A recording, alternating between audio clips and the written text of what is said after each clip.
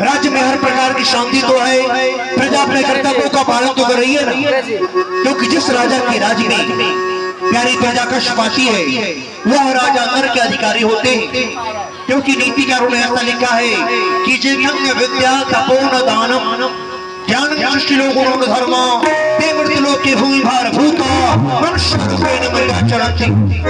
जो मनुष्य में जन्म लेने के बाद विद्याध्ययन नहीं करता है, साधु संत अभ्यागत की सेवा नहीं करता है, कोई संसार में बिना पूछ का पशु माना जाता है, क्योंकि मजेदारी जुगल कर से नियम यूं ही सदा से है, प्रजा है जबकि राजा से तो राजा भी प्रजा से। सत्य है महाराज, महाराज ऐसा ही होना चाहिए। और आपके राज्य में सभी प्रकार से सुख और शांति है। गौशाला, पाठशाला, विद्यालय, ये सभी कार्य समय से किया जा रहा है महाराज। प्रजा आपके आदेश का पालन कर रही है महाराज। आपके राज राजेंद्र के भुजंड के प्रताप से शत्रु भी सर को झुकाते हैं, अन्याय और जस का घर घर में डंका बजाते हैं। सभी सुख से हैं, सभी सुख से दिन बिताते हैं, किनारे नित्य सरजू की आग की जय मनाते हैं। धन धाम दूध पूत से घर घर आवाजानी, बकरी और सिंह पीते हैं एक घाट पानी। महाराज ये अन्य देश की बस्ती नहीं, ये अन्य देश की बस्ती नहीं, अवधपुर की बस्ती है। पवन चलती अमन की, वर्षा सुखी बरसती है। निडर व्यापार करते हैं, निडर व्यापार करते हैं। हर प्रजा दिनों में खुशहाली, न्याय का है पहरा और अभय की खुद। ऐसा होना भी चाहिए, क्योंकि जिस राजा को है नहीं ऊंच नीच का ज्ञान, वो राजा पुरुषोत्तम है और वो राजा है शमशान।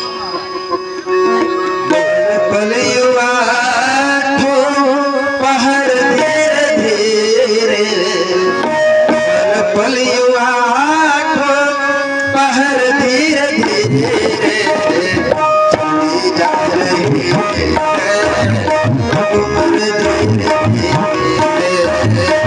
चली जा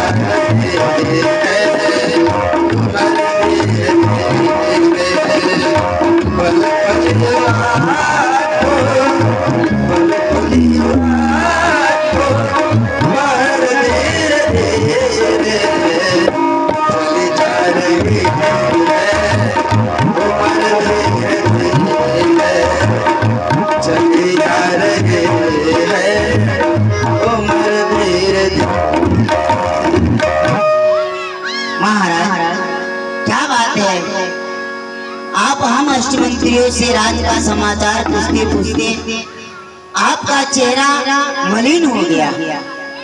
उदासी का क्या कारण है महाराज? हम अष्टमंत्रियों को कह सुनाएं। एक बार भूपति मन माही, एक बार भूपति मन माही,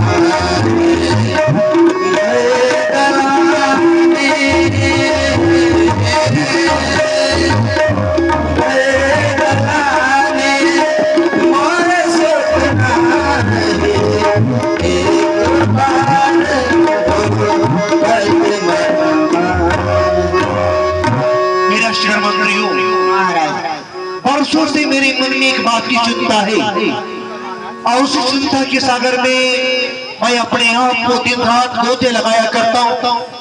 मैं सोचता हूँ शिष्य ब्रह्मा जी ने मुझे सब कुछ दिया, मुझे अयोध्या जैसा ये साम्राज्य प्राप्त हुआ, सूर्य वंश जैसा वंश प्राप्त हुआ, मुनियों में श्रेष्ठ श्री वशिष्ठ मुझे गुरु के रूप में मिले। इस वस्तु मिलने के बाद भी न जाने मैंने पूर्व जन्म में ऐसा कौन सा शुभ कर्म कर दिया कि मेरे जीवन के 3 पन तो व्यतीत हो गए, अब ये चौथा पन आ गया है। परंतु सृष्टिकर्ता ब्रह्मा जी ने अयोध्या के राजमहल में एक ही पुत्र नहीं थी, और एक पुत्र के बिना अयोध्या का राजमहल बिल्कुल सूना सूना लगता है। आहा विधाता, आहा विधाता, हम पूजे विप्रधेन सुर साधु, एक पुत्र नहीं आज लगी का हमारा अपराध। सत्य नियम योग व्रत किन्नो मख बहुबारा रानी ने बहुत ब्याही कर लायो तदपि न भयो तुम्हारा है असत क्षण भंग शरीरु कि धीरज मन धरियो पिंटू दर्जो शिष्टर में सो अलोप हो जइयो अस विचार दुख होते भारी के भी मन समझाऊं बस सुनाए चले गुरु शरण में उनसे विनय सुनाऊं। इस समय गुरुदेव स्वामी के आश्रम पर जाएंगे। चला जाए महाराज। जन्म जन्म का साथ है गुरुदेव हमारा,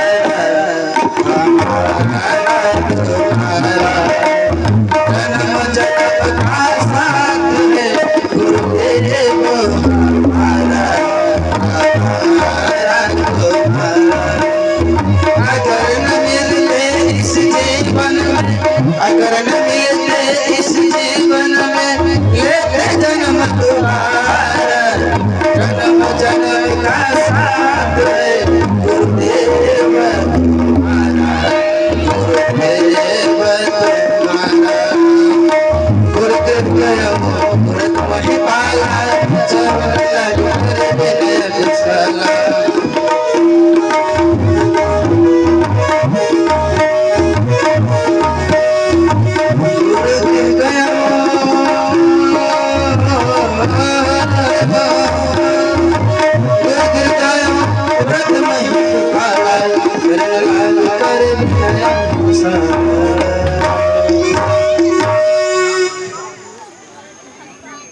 गुरु ब्रह्मा गुरु विष्णु गुरुदेव महेश्वरा गुरु साक्षात पार ब्रह्म तस्मै श्री गुरुवे नमः। शिवं करोति कल्याणं राजन आरोग्यं कुशलं भवेत्। आ राजन विराजो कहो राजन सब कुशल मंगल तो है। निज दुख सुख सब गुरु ही सुनाय हो, कहीं श्रेष्ठ बहु वेद समझाय। गुरुदेव आप तो सर्वज्ञ तीनों काल के दिगो आप जानने वाले हैं और आज मुझसे पूछ रहे हैं कि मैं उदास मन से आपके शास्त्र पर क्यों आया हूँ। गुरुदेव आप देख रहे हैं कि आज करते करते मेरे जीवन के 3 पन तो व्यतीत हो गए। गुरुदेव अब ये चौथा पन आ गया है। परंतु शिष्य करता ब्रह्मा जी ने अयोध्या के राजमहल में अभी तक एक भी पुत्र नहीं दिए गुरुदेव। और मैंने शास्त्रों में ऐसा सुना है गुरुदेव जिसके